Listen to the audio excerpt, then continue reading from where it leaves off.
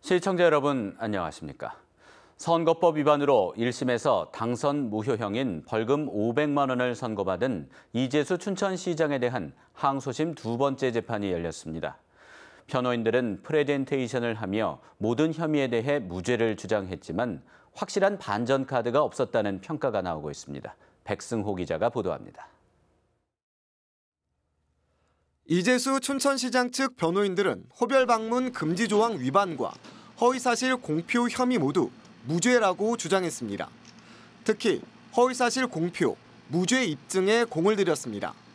2심 재판부 앞에서 직접 프레젠테이션을 하며 당시 이재수 시장이 수사를 받고 있다는 인식을 하지 못했다고 주장했습니다. 이 시장은 선거 기간 중 방송 토론회에서 선거법 위반으로 수사를 받고 있는 것 아니냐는 상대방 후보의 질문에 사실이 아니다라는 취지의 답변을 했습니다. 1심 재판부는 이게 허위사실 공표라고 보고 벌금 500만 원을 선고했습니다. 하지만 변호인들은 당시 이재수 시장이 선관위 경고 조치로 사건이 마무리됐다고 생각했기 때문에 방송 토론회에서 한 답변에 허위사실이라는 이 시장의 인식이 없었다고 주장했습니다.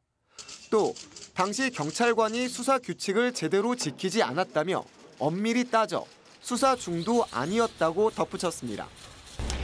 이재수 시장 측 입장에서는 허위사실 공표를 무죄로 이끌어내는 게 가장 중요합니다. 유무죄 판단에 따라 당선 무효형을 면할 수도 있습니다. 1심 판결문에는 방송을 통한 허위사실 공표는 선거에 미치는 영향이 커 가중처벌 대상이라 최소 양형 기준이 벌금 500만 원이라고 적혀 있습니다. 그렇기 때문에 2심에서 허위사실 공표가 무죄로 판결되면 벌금 액수가 100만 원 이하로 낮아질 수 있는 겁니다.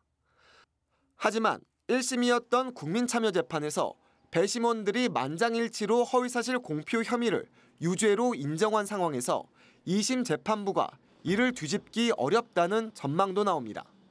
또 변호인들이 확실한 반전 카드를 마련하지 못했다는 평가도 있습니다. 검찰은 변호인들의 변론에 대해 1심에서도 했던 주장이고 재판부가 대부분 받아들이지 않았다고 밝혔습니다. 이재수 시장에 대한 항소심 세 번째 재판은 오는 19일에 열릴 예정입니다.